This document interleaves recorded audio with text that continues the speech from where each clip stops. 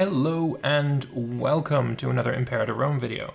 Today, Paradox's Twitch channel held a quick Q&A with the community manager Rod and Arheo, the content designer. And basically they were answering questions sent in by us about the Cicero beta. A lot of the things they did go over in the Q&A we already knew from basically playing the beta, so to save time, I'm not going to go over those ones. But I have got the video downloaded and I've scrubbed through it for the interesting points, and I'm going to basically show those, and then the interesting things I'm going to, share my opinion on. So first off, we're going to do release date, because unfortunately there actually isn't one. We have questions here. What's happening? What's happening?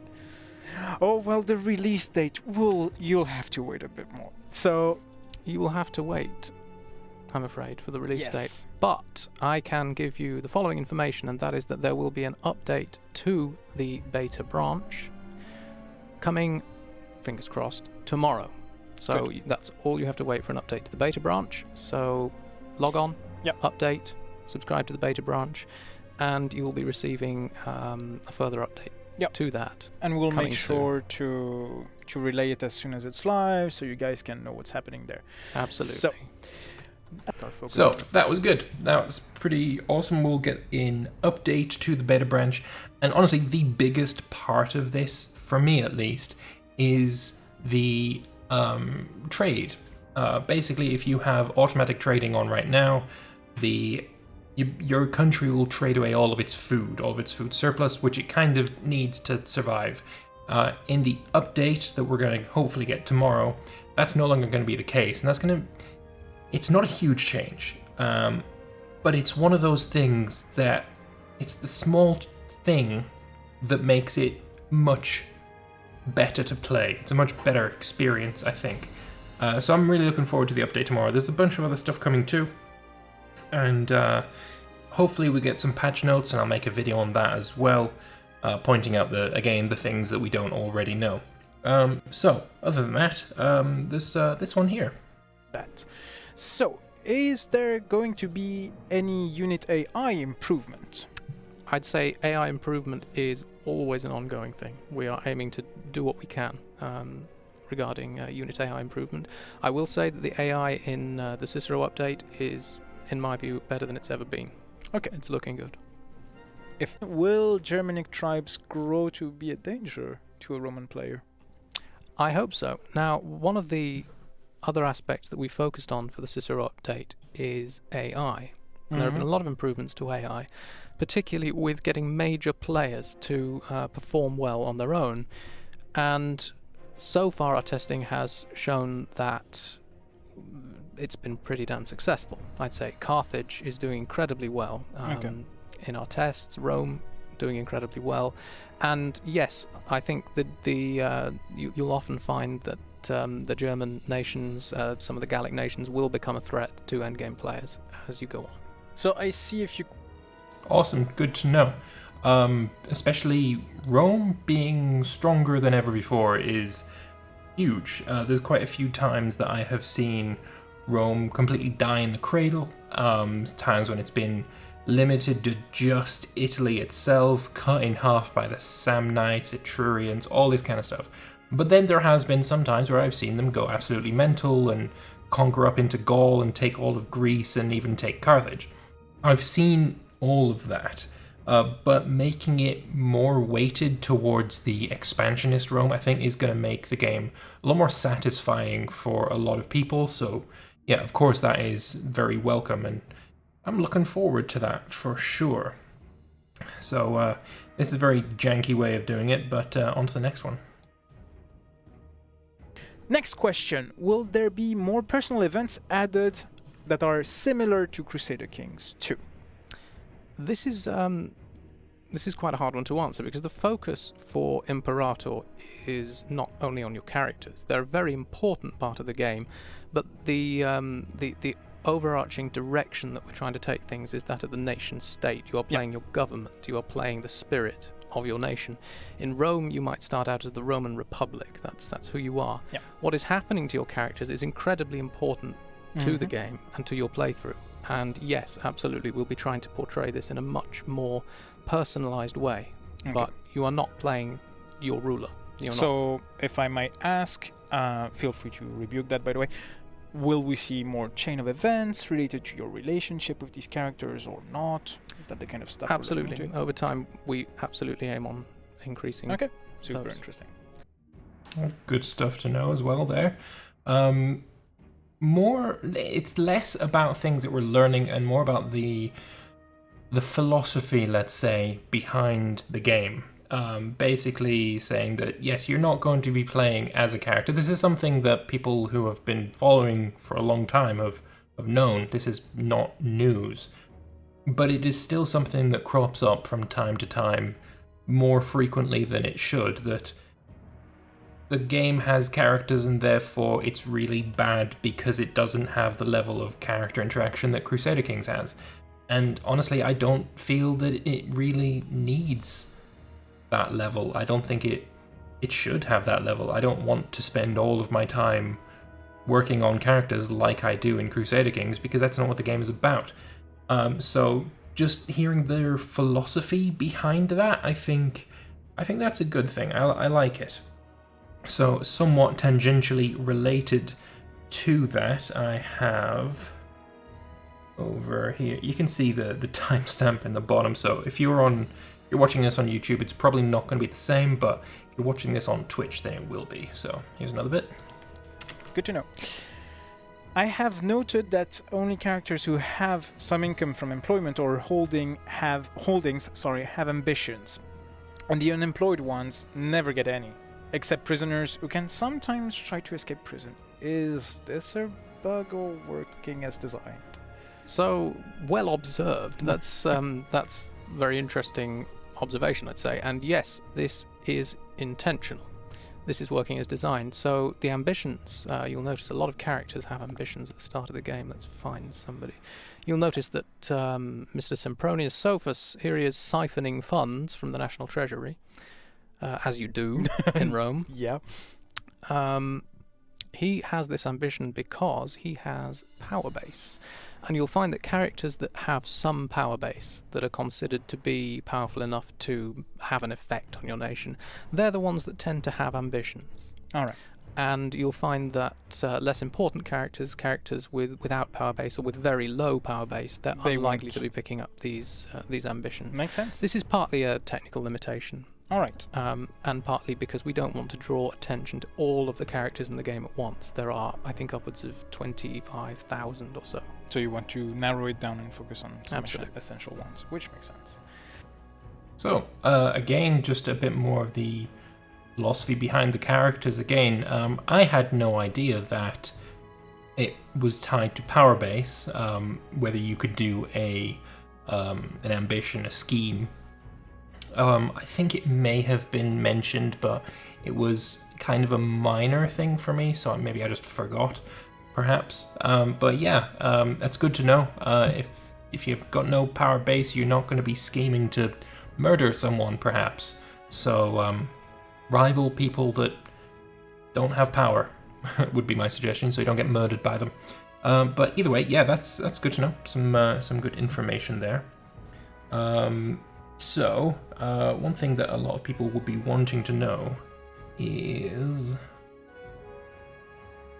43, there it is. I have a few questions. Let's see. Would you make more rivers navigable? That's certainly something we can think about doing.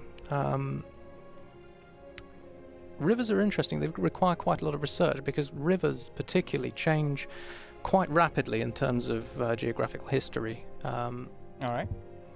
So we need to do a lot of research into whether these rivers would have been navigable at the time. Yeah. Exactly. And what we have now is that the Nile is navigable down to a point. We may extend that in future. We're certainly looking at perhaps a couple of other things in upcoming updates. And again, unfortunately, we cannot answer on what are the next. All right. So yeah, rivers. Perhaps more will be coming. mentioned there about the Nile being extended. That would be nice to see. I think maybe bringing it down south close to the harbor on the Red Sea that was used mostly for the trade with India, that would be nice to see. But maybe a bit more of the Danube as well would be fantastic. But there's not very many I can think of other than that would be really useful. Obviously, we could definitely see some in India, the Bengal Delta, the Indus, these kind of things. They could definitely be expanded. But again, like I say, I don't know what these rivers were like in 300 BC. How much information is there out there about that? I personally don't know. But if you do know, then just go and chuck it on the forums and say, hey, look, here's this account of Indian sailor man sailing up the Nile with his boat laden with silks and wares and stuff. And honestly, that'd probably be enough to say, okay, that river was navigable, therefore we will add this to the game. That would probably do it. Talking about map changes as well, I've got another point here. When I find it. Are there any plans to represent Garamantine tribes differently than spawning hordes from the Libyan deserts? Another good one, actually. This is a tricky one. I think very early on in the... we wanted to include the Garamantine tribes, and indeed we had a whole selection of locations all the way down here. Right. Now I remember.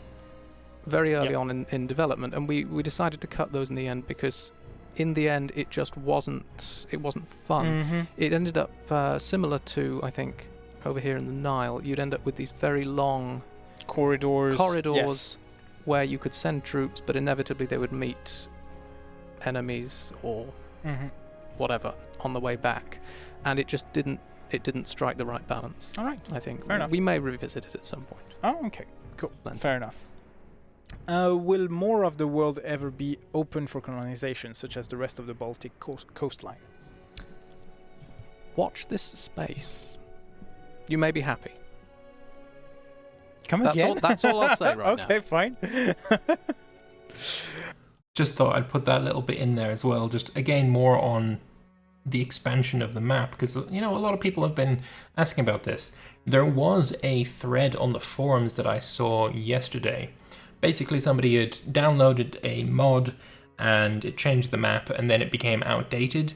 And basically what it had done is shifted the geography of the map far to the south while keeping all of the cities and states and nations and all that in the same place. So what you could see was further north than what you can actually play in the game right now. And there was an entirely modeled northern part of Scandinavia. There was the northern part of Russia. It's all in the game. It's just beneath this kind of shadowy stuff.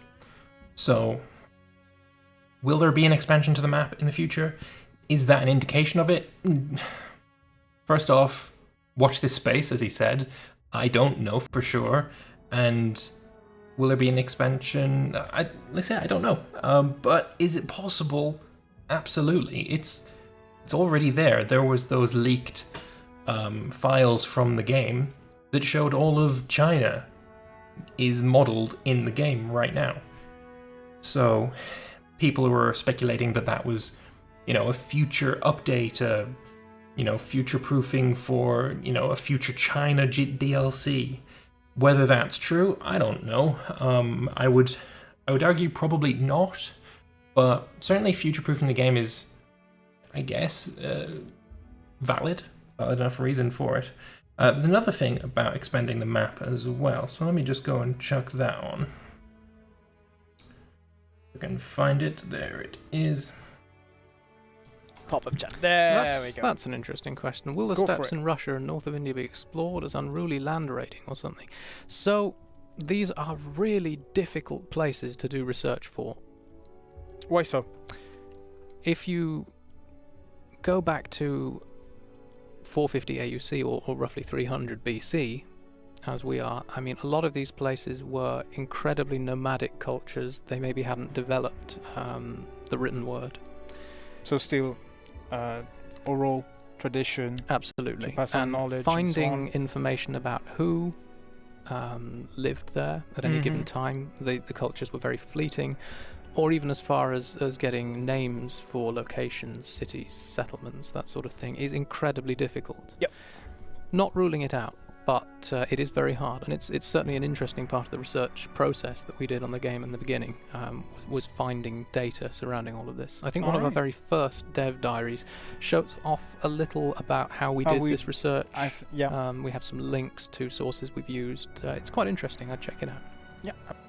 So again, just a bit more about, the potential of expanding the map, and is it possible? Yes, but it's so very difficult to get any kind of solid data on these places that whether it happens or not is entirely down to whether we know about these areas.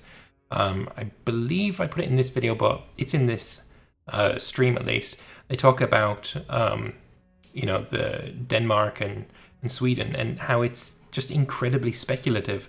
A lot of this we don't know, and this is maybe, but if they were to expand the map northwards from here, they'd need to expand the map north across the board, is what they've said. So I think probably that leads me to believe that if they were to only take the things that they know for absolute certain, the map would be very, very different, and not in a good way. You would lose Sweden and Denmark. This area here would have to curl down, and then it wouldn't be a good thing. So people have complained about what the map looks like and how it's cutting off various areas, but again, I can't see a way that they would do it differently right now, at least. But talking about the steps, let's have a look at horse archers. Horse archer, will they be nerfed? It looks like for Tiger King they are a beta P. I see. Yeah, this is a complaint we've had a lot, actually. Feedback on units is incredibly valuable. It's also one of the hardest things, I think, to get absolutely right. There is rarely a one-size-fits-all solution. We're constantly monitoring what we're doing with unit balance, so we will look into these things. Are we planning any form of rework when it comes to trade? Oh, that's a different question. My apologies. So the answer to that was not at this time, and watch this space kind of thing. You can't really talk about anything post Cicero right now, of course. So yeah, horse archers, a lot of people still consider them OP. I definitely consider them one of the strongest units in the game, if not the strongest. And I think that the main limiting factor of that, them being so OP, is their relative scarcity. That's why I consider Light Cav to be the strongest unit in the game, because they're not scarce. But either way, yeah, he said if you've got any kind of suggestions on how to balance things, just chuck it on the forums. Personally, I think make archers the counter to horse archers would solve a lot of the issues that we currently see with them. Archers countering horse archers and heavy infantry would be, in my opinion, a pretty decent move. I would like to see that. Go on to another one here. I want to take, could the AI of Rome get a buff? Well, as I say, we are constantly focusing on this as part of the 1.2 update. You should find that Rome particularly does a lot better than they've ever done before. Actually, good question from... And I probably should have put that part in earlier, but I misspelled it in my notes. But either way, yes, Rome's going to do much better than it ever has done before. So yes, fantastic news on that one. One thing a lot of people have been complaining about is the way that peace deals now work, especially in regards to money. So they have a bit of an explanation about that. Also about taking money from enemies. Yeah, this is something that we have removed in the Cicero update. This was something that was incredibly hard to balance. Okay. It was quite often possible to use AI nations as banks, essentially. Oh, you can declare war on them and demand vast sums of money, depending on how much they've got, usually for very little risk of your own. So someone is also... So yeah, what I would love to see as a balance to that particular point is make it so that if you take money from a nation, you then cannot take land, and it would be limited in the amount of war score you could use to demand money, a la what we see in EU4 right now. You can only take 25% war score as cash. That's what I would like to see. Some kind of not tributary, but still kind of like a war expenses kind of thing would be nice to see. I think that'd be a decent way to balance it. But I'm not a QA, I'm not a content designing person, so maybe I'm totally wrong on that. If you've got any suggestions on how to balance that, because, I mean, he's right. There is plenty of times that I attacked an AI purely so that I could get the money to continue a bigger war that I needed mercenaries in. I mean, it's a number greater than 1, let's put it that way. In a multiplayer game that I was playing, I was in a war that was to the death, basically. I needed lots and lots and lots of mercenaries. I was tapped on manpower. If I'd lost the war, I would basically lose the game. So I attacked other nations while in this crazy war, purely so I could take their money to buy more mercenaries. And that doesn't feel right at all, really, in my opinion. So yeah, that's another thing that I'm kind of fine with. So, got a couple of questions about subjects as well. So let me pop those up for you. So, I like to play subject states and liberate my nation. Being able to interact with other subject states of the same overlord to have them possibly join me in war would be really cool. Is this something you have in store? I won't say much about that, but what I will say is questions like this are fantastic to get. And that's on the forums, on Reddit, because this gives me ideas. And absolutely, playing subject states, playing Athens, for example, that starts as a subject of Phrygia, it would be fantastic to delve a bit more into depth about what we want to do there, and perhaps expand the options as far as that's concerned. But I would say if you have questions like this, or even if you have suggestions, take to the forums. Yes. Ping me if you can, or if you want to, or just leave it on Reddit. I try and read everything that appears there where possible. I will read them. Actually, good question from Dennis. Well. Can you allow road building in subjects? Interesting question. It's not something I'd considered. Possibly. I will look into it. And indeed, Lambert, you are right. Oh, yes. There's another bit. I was, of course, in the stream chat, so yeah, I got name dropped. Anyway, regardless. Yeah, so a couple of things about subjects there. Can we build roads in them? And is there going to be more interactions as a subject nation? And he took fairly well to both of those questions, so it's entirely possible that's kind of something that we might get in the future, which is going to be really good. I think that's an area that definitely the game could use a lot of improvement on. So I've got some more questions here that I want to go through. So first off,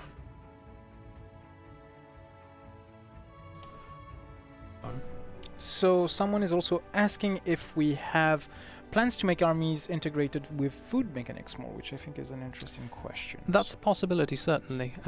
Armies right now do eat food. You'll find there are some balance changes coming with tomorrow's update. There will be some changes to that. Nothing big, but I'd say they will in general start to eat a little bit more. And it's something we will probably look at in future as well. So countries, i.e. North Africa, even small armies seems to always take attrition from supplies. Any changes? Is it something we're looking into? So this is often due to the territory of the location. I think desert always has an implicit attrition modifier. We've tried not to make states or areas in entirety contain only desert. Mm-hmm. So there will always hopefully be somewhere that you can stand armies without just taking attrition. So that's good stuff about food and attrition there. Right now, at the moment, if your army is going to take attrition, but there is food in the area, and it's obviously not standing in something that has severe winter or desert modifiers, then instead it will just take food away. And this has led to armies becoming much bigger because you can entirely mitigate the amount of food that this army is taking purely by making more food. So things like heavy cavalry and heavy infantry have become a lot more powerful than they previously were. Elephants especially they got such a huge boost because now they don't generally take as much attrition. So yeah, we're going to be seeing tomorrow, if the patch drops on time, armies take an awful lot more food when they're about to take attrition. So it's going to be interesting to see just how much that actually is. So I got another bit for you here. See a few questions related to population mostly. We have Britty 941 saying, will pops move away from zones of wars? Yes, they will do that. Yeah. Okay, and this Occupation comes with the will increase. Population simulation. Absolutely, it does. Occupied territories will begin to starve slightly more quickly. They will run out of food, and B, migration speed will increase if you have an occupied territory, and that will start moving away. Pops will begin moving to other territories that are perhaps safer for them or more attractive. So there was a question also. So yeah, having more, pops moving away from war-torn areas is something that makes the world feel a bit more alive to me. So he did say that it is just through occupied territories. I would like to see it be a little bit more than that, actually. A lot of the reasons that the Romans came into trouble in Gaul, or not really trouble, but a lot of the conflict started because a tribe was running away from another tribe further north. And I don't think occupations were involved there because, they migrated south. So, click a button and all your pops come out of the, territory, and then they move south and settle somewhere else. That kind of thing, in game terms. So I don't really know how one would implement that other than a kind of a creeping war exhaustion. If a province is occupied, then war exhaustion sort of seeps over the border kind of thing, would be my guess on the best way to put that. Whether that's a good way to put that is entirely another question. I can't answer that at all. But yeah, either way, some more questions on how to gain, or we already know how to gain political influence, but will there be more? Next question, will there be more ways to gain political power or influence political power gain in the future? That's an oddly phrased one. Yeah, now I think we're fairly happy with the way that you gain political power right now. It puts increased reliance on your important characters. So you were saying characters that are actually in offices that are Indeed. loyal to you, this affects your political influence. Yeah. It increases your interaction with these important people. Mm-hmm. I'd say it makes you care about them a lot more, care about their loyalty. Whether we expand on uses of political influence, that's certainly an option. But we're happy with the way it's turned out in terms of balance. What you use political influence for is a lot more focused. You'll be using it mostly for political purposes. It's meant to represent that feeling of backroom dealings and the weight that you carry. Mm-hmm. I'm actually... So, yeah, I would entirely agree with what you said there. And I just want to reiterate how much I prefer this political influence system to what we had before with mana. I really, really enjoy this system. I think it is a massive, massive improvement. And yeah, just like say, you earn political influence by the loyalty of your government, and then you can spend that on political actions. And some people may call that mana. I don't personally class that as mana because it comes from a logical place, and I don't see just any abstraction as mana. I don't think that's right at all. I think it being a bad abstraction is a bit of a qualifier for mana. As when it was coined as an insult, basically, or a slur towards the mana system in EU4. So I think it being a bad abstraction is certainly necessary for it to be mana. That's a bit of a tangent, but yeah, will there be more ways to use political influence in the future? Almost certainly. Almost certainly. I don't think anyone would really argue against that. So some more stuff for you. Are there any plans on making geographical culture types for cities change depending on the dominant culture type? This is actually a question that we've received a lot. A lot. This is clearly something that people think very strongly about. Yes. That isn't planned for 1.2, I would say. But given the strength of opinion on this one, it's something that we may take a look at in future. Okay. So basically what he's talking about there is tribal nations have a building set that they use when they have cities. They look like wooden huts, whereas the civilized nations of Rome and the Greek states, they have marble buildings. If Rome was to conquer Gaul and create a bunch of cities up in Gaul, they would still have these wooden structures because the original culture of that area was tribal, for example. Or say it's not tribal, but is one of the tribal nations' cultures. And basically what they're asking for, and a lot of people have been asking for, is if Rome manages to culture convert these areas in Gaul, or even Etruria, because Etruria is a tribe as well. If Rome manages to culture convert those areas, can the map graphics change to be marble to more suit the rest of their nation? And I completely agree. I think it totally should. I don't actually know why it doesn't. But yeah, as he said there, the public opinion on that is so overwhelming in one direction that it's almost certainly going to change. And it's good that they have recognized that as well. They've been, personally, I think they've been absolutely fantastic at recognizing public opinion on the game and the certain features of the game and working on those. I mean, mana especially is the big example of that, but this is another one. The look of the buildings in a city changes literally nothing gameplay-wise. But if enough people are going to point it out as something that they dislike, you see here, they're probably going to change that, which is, again, really, really nice. Question. So, army customization, will that be doable? Is it doable? Possibly one day. Possibly one day. I wanted to put that in there. All right. The first ever Dev Diary video that I made, I think it was the first ever, I suggested a system whereby your units, you didn't have heavy infantry and archers and light infantry and all these different units. You would have human.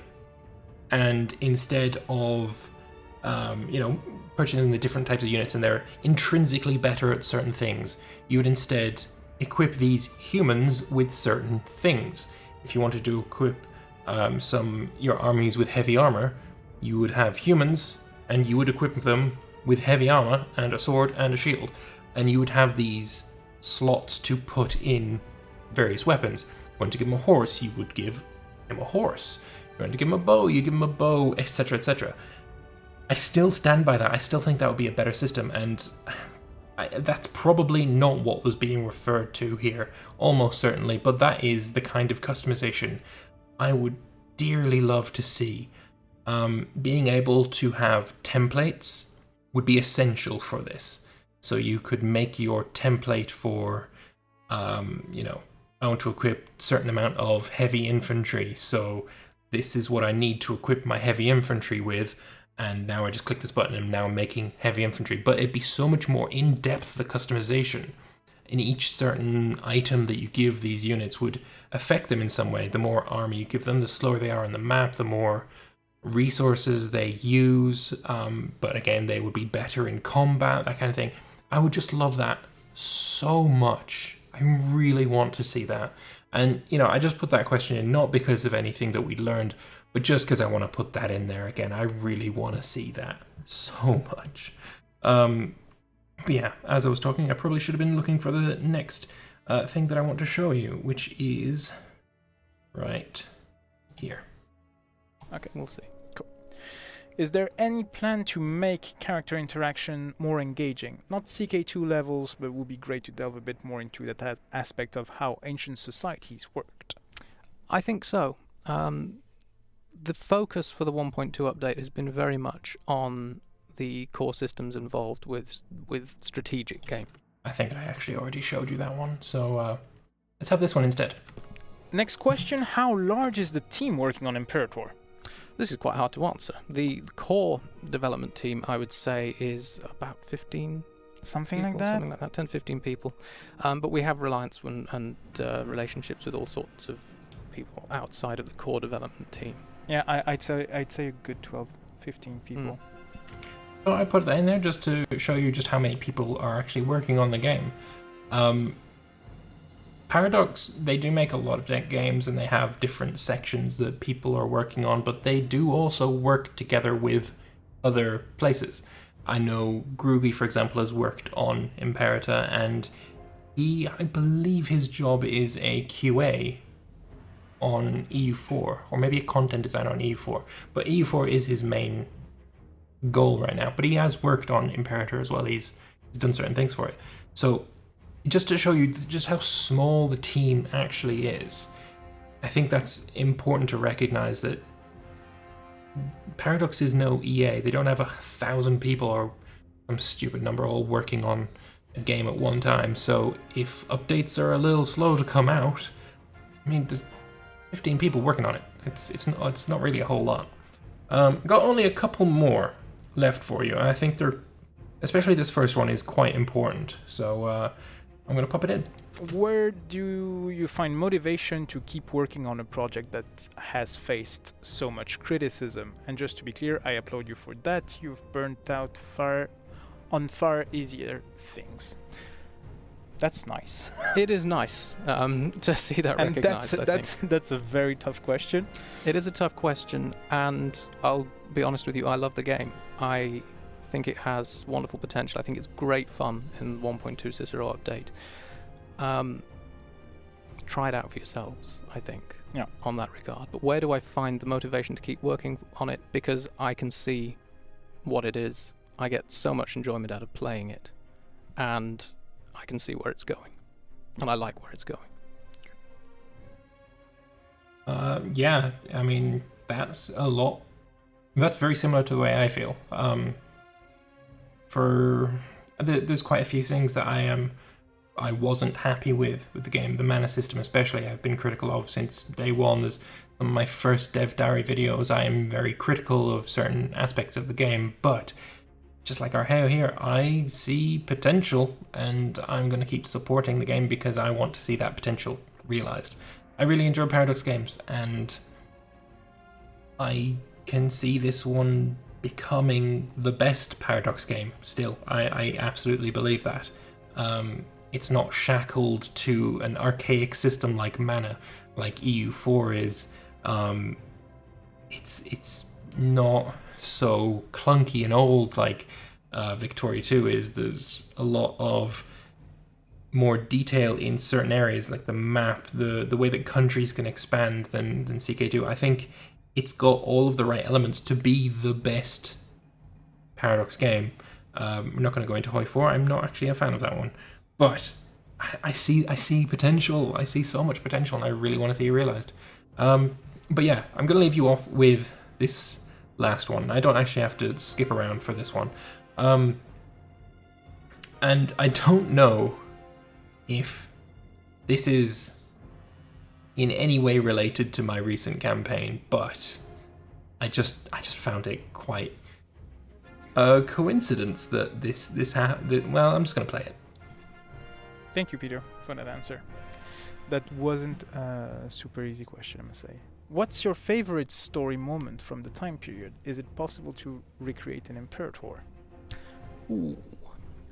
so many options. There are so many stories from the Hellenistic world and outside, but I'll choose one that isn't necessarily related to the Hellenistic world, per se.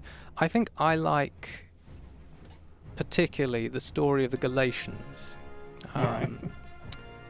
And this was a group of Celtic tribes that sort of coalesced at some point around 280, 290 BC from various locations, and the theories are that they came from somewhere down here up to somewhere up here, and migrated all the way down into modern Greece and further on into the Balkans, came through Thrace and crossed over into Anatolia and settled in Galatia, which, I'm testing my geography now. There we go, province of Galatia, somewhere around here, and made themselves a new home in the middle of the kingdoms of the Greeks, basically. And this became known as Galatia, and the people were the Galatians. And I find it just fascinating that these groups of people could uproot themselves and move all the way down. And yes, you can do this in Imperator. I think we even have an achievement for this. Do we now? I wasn't even believe aware. so. I'm not going to check No. on stream, but You can check find for out yourself. for yourself. Exactly. It will have been in the game since release if it is, so I would love to see some people having completed that. I love seeing on Reddit, on the forums, how people have been doing achievements. I think the Argead Empire reunification is a very popular one, understandably, but I haven't seen anybody post any screenshots of having formed Galatia. Tried. I really tried. I was so close, but yet it failed. Yeah, like I said, I don't know if he's aware of my campaign, but again, I mean, I failed at it, so it wouldn't have made a difference even if I had. But yeah, I was so close. I was so close to greatness. But yeah, I failed in the end. But yeah, I just felt I put that in there at the end because, you know, it's a nice little story, and yeah, the story of the Galatians kind of clearly said something to me as well as I tried for that run for quite many hours. But yeah, that is it. That is the interesting parts of the Q&A that we saw today, and I hope that you guys found some interest in it too. I think you may have enjoyed it, hopefully, perhaps. So I would love to hear your thoughts in the comment section below. Please do leave me a like if you are willing, and I will see you guys in the next one. Possibly tomorrow if there is a patch notes uploaded for the Cicero beta update that we're getting tomorrow. And yeah, if you want to keep up to date with any and all Imperator Rome news, then this channel is the one to follow. So I hope you are all subscribed and all that as well. So thank you all very much for watching, and I'll see you next time. Bye bye.